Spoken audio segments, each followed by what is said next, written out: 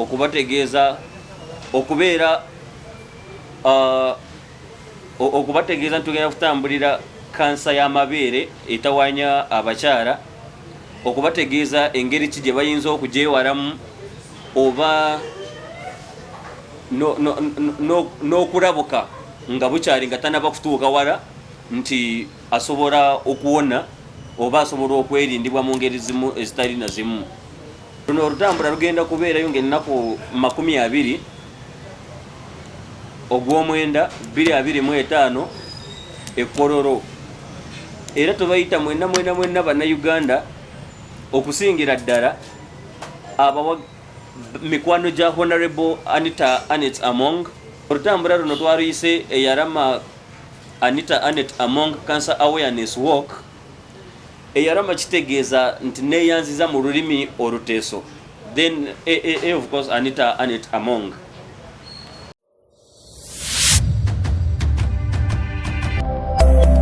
Eno ye Magala TV, okumanya we kutandikira.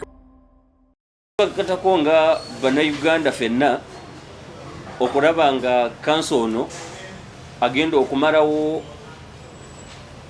okumalawo basista baffe, bakyala baffe, bamaama baffe. Twasazeewo nti tubayite tukwatire wamu tulabe engeri ki gye tuyinza okumulwanyisaamu. People's of Right Honorable Anita Annette Among kibiina kyatandikibwawo mu 2024 kya bawagizi abandi badde abawagizi oba abakkiriza mu bukulembeze bwa Honorable Anita Annette Among, n'enkola ye gyakolamu ebintu ey'obwerufu, ey'obwangu, ey'amazima n'obwenkanya. Ennaku z'omwezi 20 ogw'omwenda 2025 mujje tubeere Ekkololo. Gino emisinde luno olutambula lwa Cancer Awareness, ng'ogyeko Cancer Awareness, era mwolwo olutambula lwennyini tugenda kutwaliramu omukisa okwebaza Right Honorable Anita Annette Among olwa mirimu egitenkanika egitakoleka gyakoledde eggwanga lino Uganda mu budde obw'emyaka ndowooza nga3 gye yakamala kati ng'ali speaker, naye ng'ebintu byakoze tebyenkanika. Era olwo olutambula tetugenda kukola ekyo kyokka, era lugenda n'okusonda akasente akagenda okuzimbira balwadde ba kansa hostel gye banaasulangamu nga bali mu Cancer Institute. Twafuna okutegeezebwa nti gavumenti era twagala okugyebaza olw'okuba nti eteeka eddagala lya bwereere mu Cancer Institute n'obujjanjabi Cancer Institute bya bwereere. Abagenzeeyo mwenna bannayuganda mukimanyi. Era twafuna okutegeezebwa nti obuzibu bw'aba medical officers Cancer Institute bwe bafuna abalwadde okuva mu nsonda ez'enjawulo ez'eggwanga, naye tebanaba kufuna budget allocation ey'okubazimbira we bayina okusula.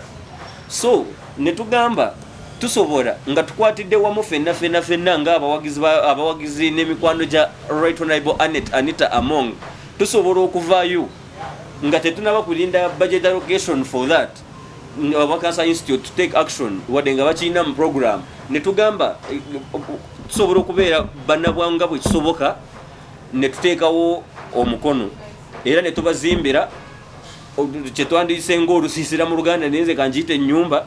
Ne tubazimbira ennyumba mwe baba nga basobola okusula nga bafuna treatment. Esonda mufe nga abamwagala abawagizi be kwolwo olunaku mwolwo olutambula lwennyini mweno campaign tugenda kusonda akasente akagenda okuzimba ekizimbe ekigenda okubeera nga kihabalinga oba kisuza abantu wakati w'500 n'olusanvu omulundi gumu, because abo abalwadde bava mu gundi mu districts zonna ez'eggwanga. Anita Annette Among Compassion House gy'owulidde tugenda gineminga after ye ng'akalabo k'okumwebaza even ng'ekijjukizo nti bw'aliba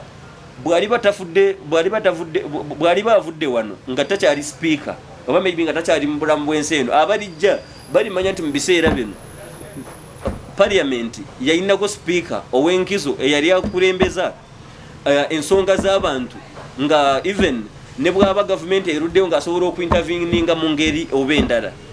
ensonga lwaki twakisazeewo nti ekyo ekizimbe tugenda kineeminga after her, the Anita Annette Among Compassion House entertainment. Era tubayita mwenna, oba oli wa NUP, oba oli musiraamu, oba oli waki, eno cause si y'abannabyabufuzi, si y'abannaddiini, wabula y'abannayuganda. Even when bw'oba towagira Annette Among oba nga tomwagala, at least for the cause, because eno ennyumba tegenda kusulwa, eno ennyumba gye tugenda ozimba tegenda kusulwamu bantu betumanyi. Egenda kusulwamu omuntu omunnayuganda agenda okulaga national identity card ye, bamanye nti munnayuganda talina wakusula mu Kampala, era bamuwe accommodation afune obujjanjabi addeyo eka. Tuzuula mbu abalwadde tebalina accommodation, ate ekyali ekizibu ennyo okubanga bangi babeeranga awo nga tebalina wakusula, abalala bava wala ne batuuka awo nga tebalina wakusula. So netukwataganira wamu ne tugamba tusobola okuyambako ne tuzimba ennyumba ku institute eno. Kati n'ekirala tubadde tuyita ku bantu tubasaba okutuyambako such that tuyigirize ku bakazi, ku bakyala abatamanyi kansa aluma atya, abatamanyi stages za kansa ziri zitya, otegeera otya mbu oli mulwadde wa kansa w'amabeere. Kati ne tujja wamu ne tugamba kateekeko eno run eyambe eno walk ebayambe etuyambe okunganya ssente